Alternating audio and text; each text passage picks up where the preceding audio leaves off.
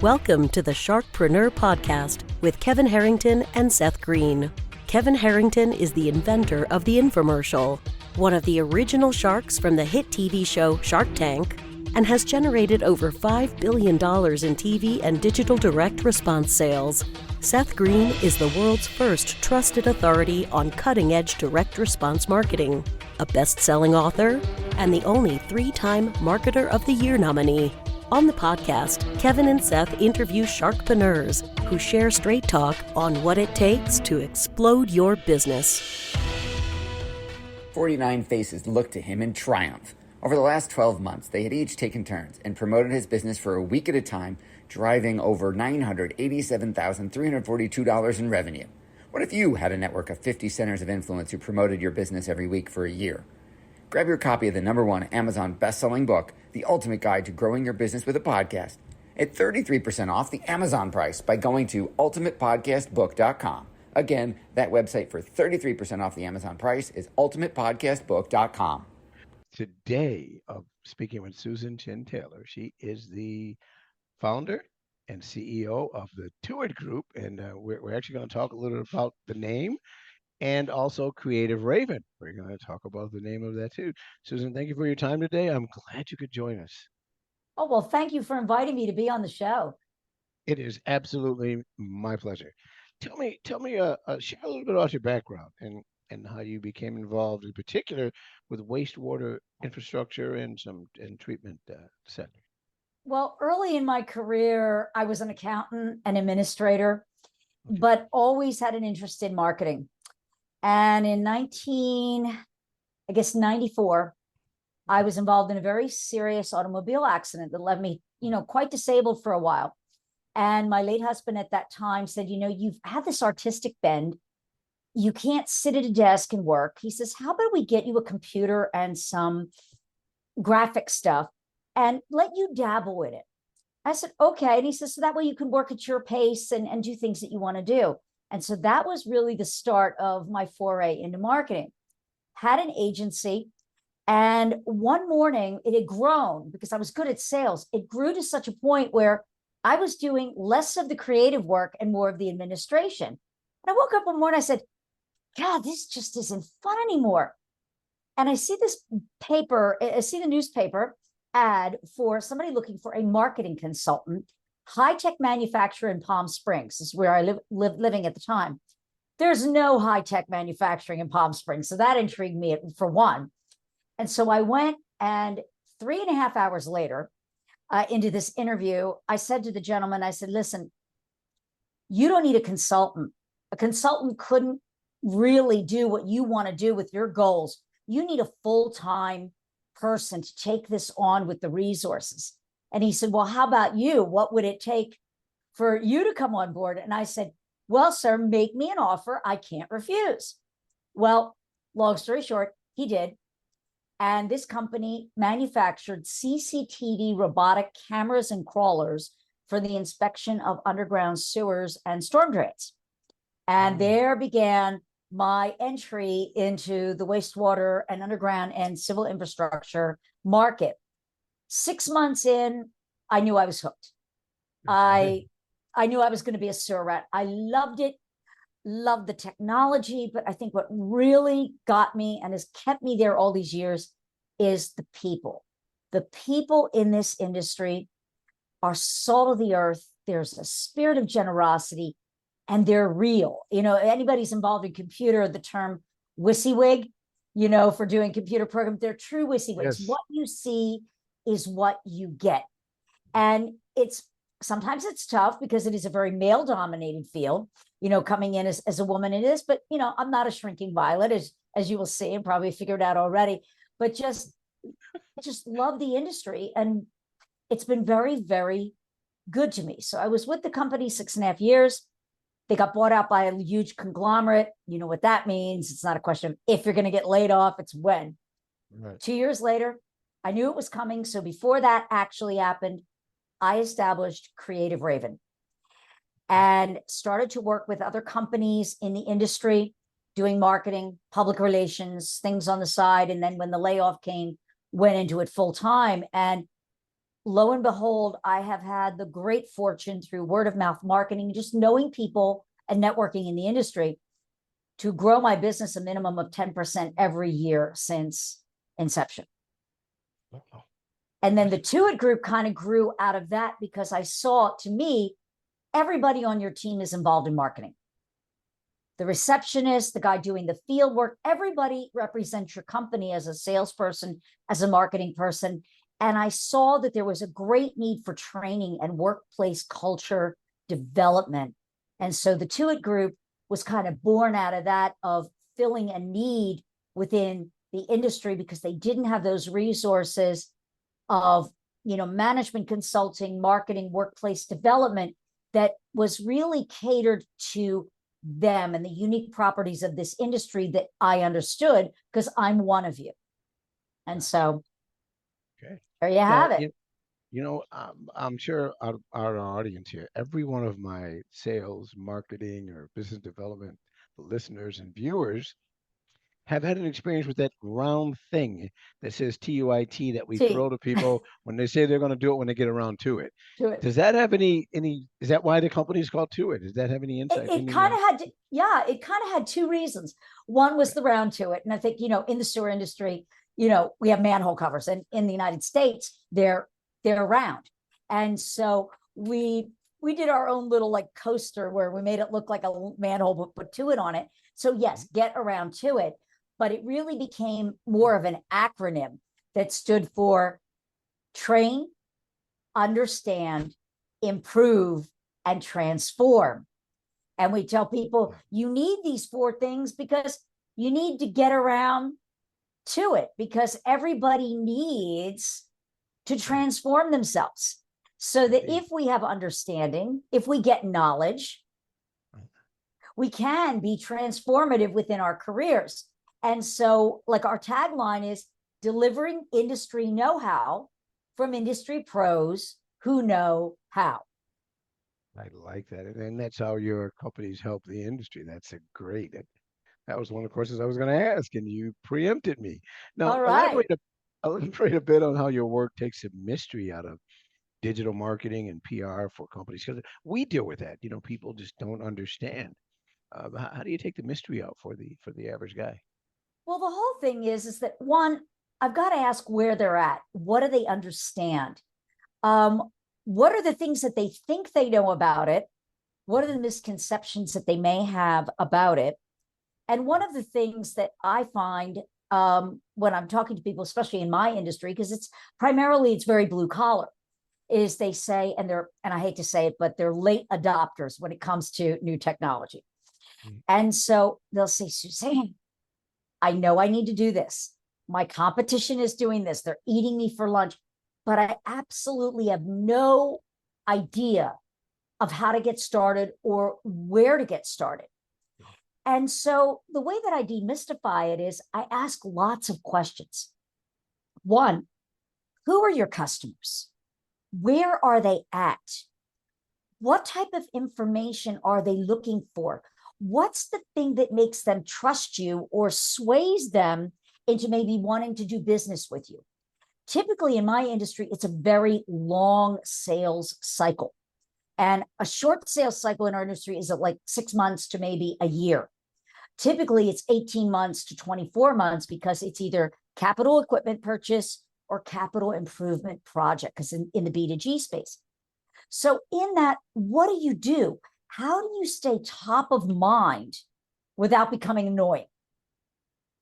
Which is, there's that fine line, and it's all about education-based selling, not high-pressure sales. It's creating the trust. Okay. And so that is the thing that we help folks do. And also it's understanding, when you're saying just demystifying and making it easy, is to ask them, I want you to answer me honestly. Do you yourself, as a business owner, or do you have someone on your team, do you have the time to do what it really takes to manage and execute a digital marketing program? Because the key to digital marketing, consistency, persistency, and frequency. You can't just dabble and do things like, oh, I see a lot of people do this. They get really, really excited about it. And then they're really hot and heavy and they do things for about a month. And then they recognize, oh, Lordy, Lordy, this is going to take a lot of work and a lot of time. I don't have time to do this. They have to focus on running their business, on revenue generating activities, and that gets shoved to the bottom of the pile. So what I tell folks is, listen, don't try to do it all yourself. Pick your battles. Think about what your hour of time is worth. Is it worth it to you to spend hours and hours and hours trying to learn how to do this? Or spend a couple hours a month talking to someone about your expertise, them getting that, I call the brain dump out of you as the subject matter expert. And then they go off to their little cave, because I love to do that. I'm in my little she shed now. Go off to the cave and tell your story for you, and then publish it and make sure it gets published on time. It gets done all the time regularly. And you go off and you focus on those things that make you money. What's a better use of your time as a business owner? So unless you have someone in-house, don't do that. Farm it out. So that's kind of how I demystify it. And it's like, don't beat yourself up because you don't have those skills. Right. I like that. Give me the consistency. And what was the second thing? My audience was consistency, consistent, persistent, and frequent, or consistency, frequency, and persistency. And when I mean consistent is that you have messaging and things that you want to educate the people about, of always staying on point about what you want to drive home. So there's your consistency of your brand and on your point and your message. Not be all over the place. That people get to know that. Okay. Okay. So there's your consistency. Then it's their frequency. Coming up with a schedule that you can actually manage, or your team can manage, or your outsource, like what you want to pay for. Are you going to post one time a week? Are you going to post 3 times a week? Are you going to do video? Are you going to do long form articles? And that's another thing, is that people need to understand that their prospects educate. People like to absorb information in different ways. There are people that love to read long form articles. There are people that love the cliff notes, where they like a little animation, just get to the point, give me the bullet points of what's in it for me. And then there are people that are very video driven. They love to consume video content. And so it's important, as you're putting your program together, that if, let's say, I'm going to talk about this topic this month. All right, well, then I need to produce content about this topic in multiple ways, so that I have the best chance of as many eyes seeing it, receiving what I'm trying to tell them in the way that they like to receive it. Don't force them to absorb it the way that you're comfortable doing it. Yes. Give it to them in the way that they want it. And that, I think, is something that people don't do, or they don't understand about digital content. This is the Sharkpreneur podcast, and you are certainly a very worthy guest. Thank you. You're a published author, course creator. Tell us about some of the resources or courses you developed that support businesses in these sectors. Well, I've developed a number of courses. The one course that we have is called the DIY Digital Marketing Playbook for Wastewater Pros. But really, the way that I developed it could be used by any service business. And the principles is to help you develop your own digital marketing plan. It includes coaching with me. And then at the end of it, if you decide I can't produce my own, then we have a platform where you use the power of AI, not to deliver the content. We have a team of human creatives, but the platform for ordering or saying, I want some content developed, is all driven by AI to speed up the process and to engage with the actual human creative team. They produce your content, and then you're actually publishing it yourself. We also have another course that it is called the GTR, the Gain, Train, and Retain Playbook. That course is for service professionals who may be struggling with finding really strong talent, how to hire the right people, then how to train them. And then most importantly, if you get a stellar person, how do I keep them? Okay. And that is something that I think a lot of businesses are struggling with right now, is that how do I find good people? And then, I do a lot of education, a lot of seminars for people. I'm a public speaker. I can come in and do 1 hour seminars, 3-hour seminars, whatever people need within their team. I am also an everything disc facilitator, so that I can come in and do workplace and workforce development training to help people really develop strong workplace culture. Okay. Now, you mentioned some of the things you do. I wanted you to tell my audience about hosting the Doo Divas Smells Like Money podcast. The name is That's quite another thing. unique. And what motivated you to start this podcast, and what's its primary mission? Well, I saw a need in the marketplace for information. There's lots of generalist podcasts out there, but there was really nothing for our industry. And for years before I even started it, all of my colleagues in the industry says, Suzanne, you need to do a podcast, or you need to do a video cast. You need to do a podcast. And they had been hounding me about it for about 3 years. And then a member of my content development team, he's a great guy. I just actually had him on my podcast, Connor Doobie, the content king. He said, why aren't you doing a podcast? I says, okay, I'll do it. And I ran into a firm that could actually do the production of the podcast for me at a very reasonable cost. And that was kind of what pushed me over the threshold, because I knew I couldn't do the production and the editing and everything myself. I just didn't have the bandwidth or the time, but I could interview people. I knew enough people I could interview that if I could do something like we're doing here with the raw footage and then give it to somebody else, then we could take it off the ground. And so a lot of people laugh about the name, but it was actually Connor. He said, well, what about a name? So we started bantering things around. I said, I've kind of got this nickname, but it's a little irreverent in the industry. He said, what's that? And I said, well, they call me the Doo Diva. And he said, well, you are blingy. See how I'm dressed. I'm dressed in one of my Indian outfits today. He says, you're bling. He says, you are the Doo Diva. Come on, you're talking about poop all day. And I said, yeah, in a way. And he says, don't. It's going to set you apart. I said, okay. So he said, but how do we, really explain it? Well, there's an old expression in our industry where people say to us, oh, sewage, ugh, stinks. And contractors in the industry will do this, sniffs, and they go, smells like money to me.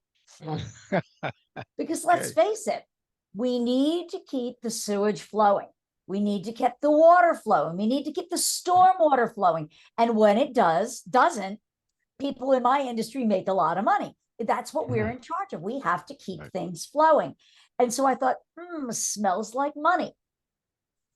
Because one of the missions, like I said, with the Tuit Group, and I kind of brought that over into the podcast, is delivering industry know-how from industry pros who know how. But my real mission in the developing the podcast is, one, developing and delivering information that people can use, but also as a means for me to give back to an industry that I love, that has been so very good to me, and to be a voice for the industry, because we are misunderstood.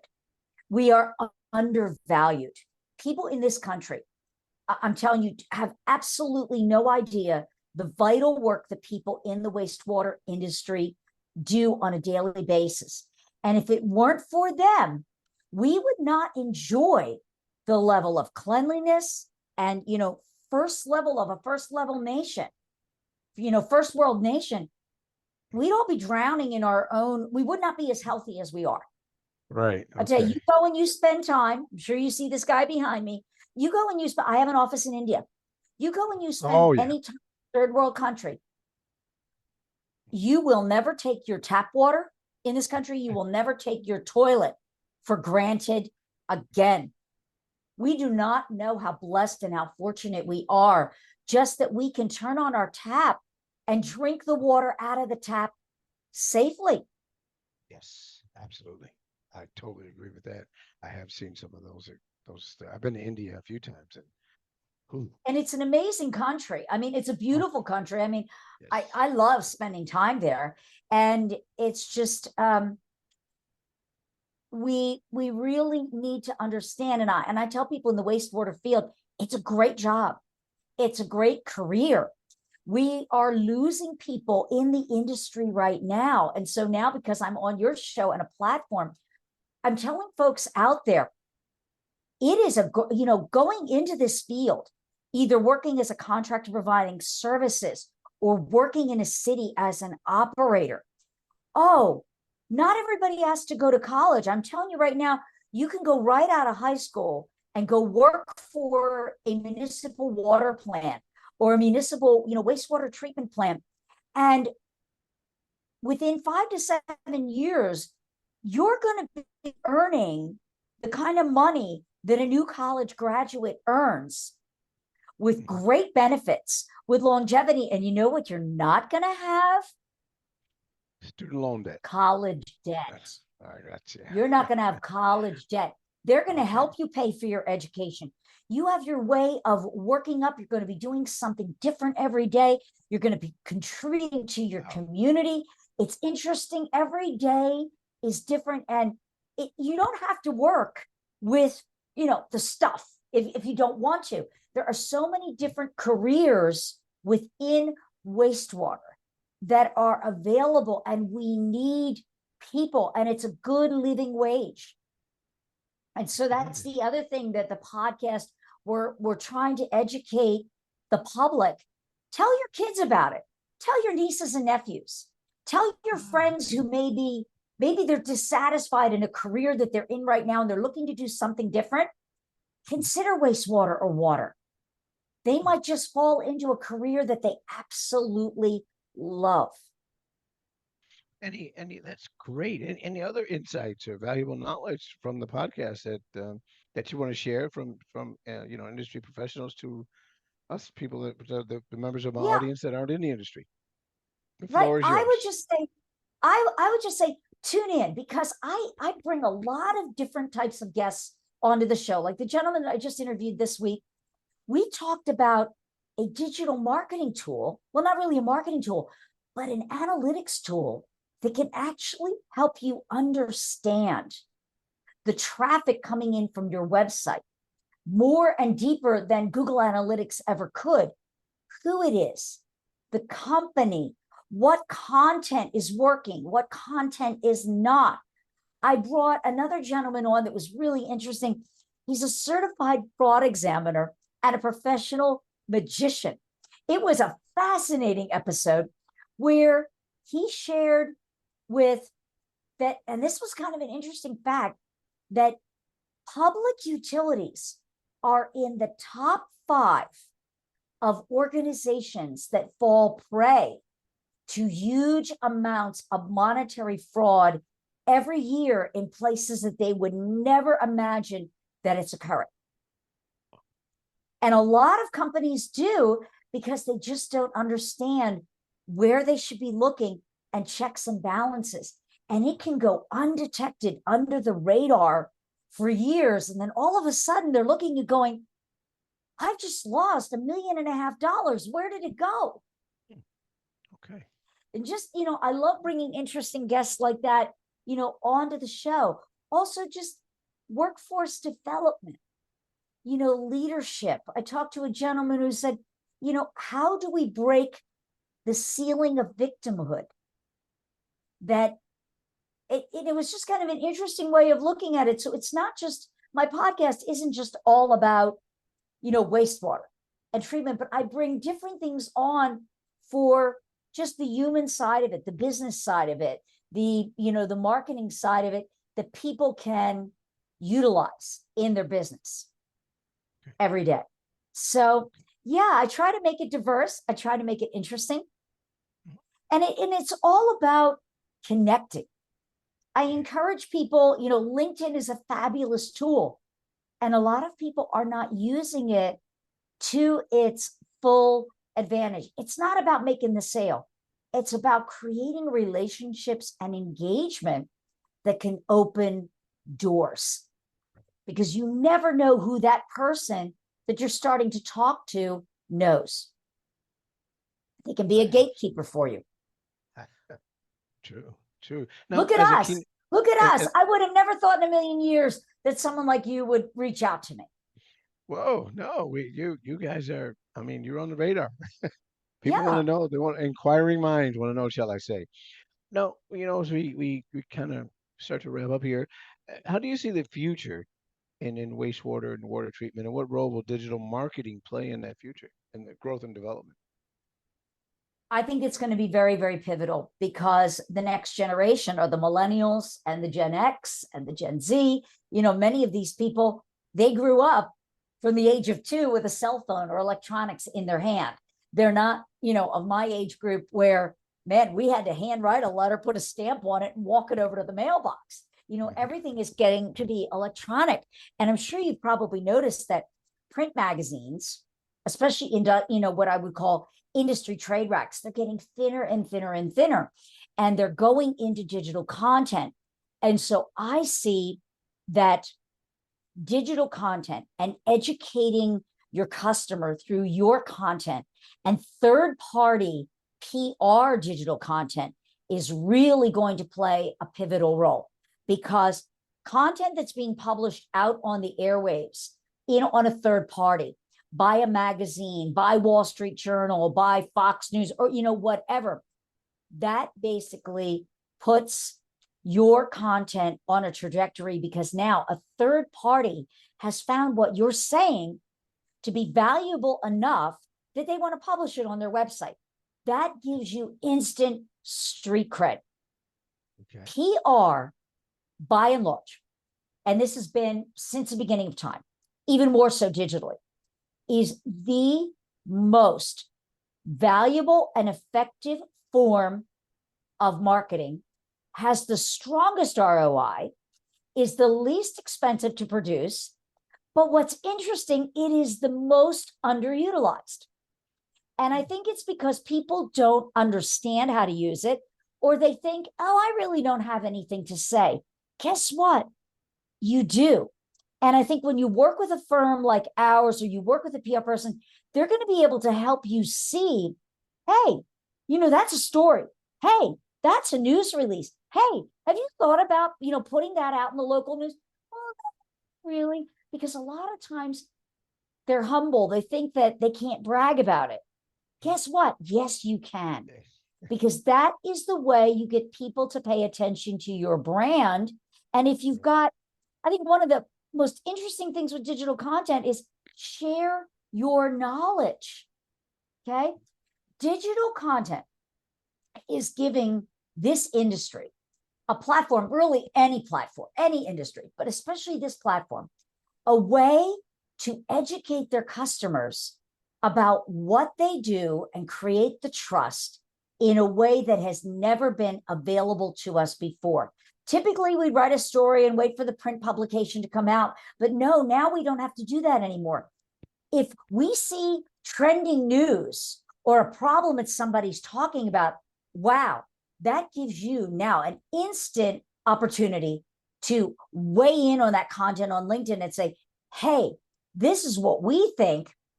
Hey, we have a client that was experiencing that, and this is how we solved that for them. If you're interested in seeing how maybe we might be able to help you, can't promise you that we can solve your problem, but hey, no obligation. Let's open a dialogue. And so that is what I see digital marketing is going to do for traditional service businesses and technology. It's creating a way for us to talk to prospects and be of service to our community in ways that we've never been able to do before. Wonderful. So wonderful. Yeah, I think that it's going to just grow and grow and grow. No, Suzan, is it Susan or Suzanne? Suzanne. Suzanne, how can my listeners, my audience, reach you? Okay. They can reach out to me on either of my websites, the2itgroup.com or Creative Raven. And you were wondering, Creative Raven got its name because the raven is my spirit totem. And the raven, if you look anything up on the raven, and I have a little bit on my website about that, is that we are the bringers of positive change. That's what the raven is known in, Northwest Indian, Pacific Northwest Indian lore. So they can reach me on Creative Raven. And I really encourage them, reach out to me on LinkedIn. If they are someone that has got great information to share, I'd love to have you as a podcast guest. And it's, look it up on YouTube, the Doo Doo Diva Smells Like Money podcast. Reach out to me. Would love to have you as a guest. And so all those different ways, but LinkedIn, I publish a lot of content on an ongoing basis. And so, yeah, I'm open to people of all different industries to connect with me because it's all about let's help each other. Be of service first. Make a difference in the world because this is my guy here. And we all are familiar with that quote of Gandhi Ji, be the change we wish to see in the world. This has been a fascinating podcast. I'm sure. Thank you, Karl. A lot of my audience is kind of like me. We take it for granted, like you say, the wastewater. It's wastewater. We don't worry about it. But you have brought new light to that. I want to thank you for appearing on the show. And to my audience, this is Karl McKinnie, co-hosting with Kevin Harrington and Seth Green, the Sharkpreneur Concert podcast. We will see you and hear from you the next time. Thank you very much. Why do so many businesses struggle while others seem to explode overnight? Do you wish you had the secret to this type of exponential growth? Now, I've scaled more than 20 businesses to over $100 million, and it's not just luck. In my new book with Mark Tim, Mentor to Millions, you'll learn the repeatable framework I use in all my business ventures for massive success. Order at kevinmentor.com and get over $1,000 in bonuses. Head to kevinmentor.com.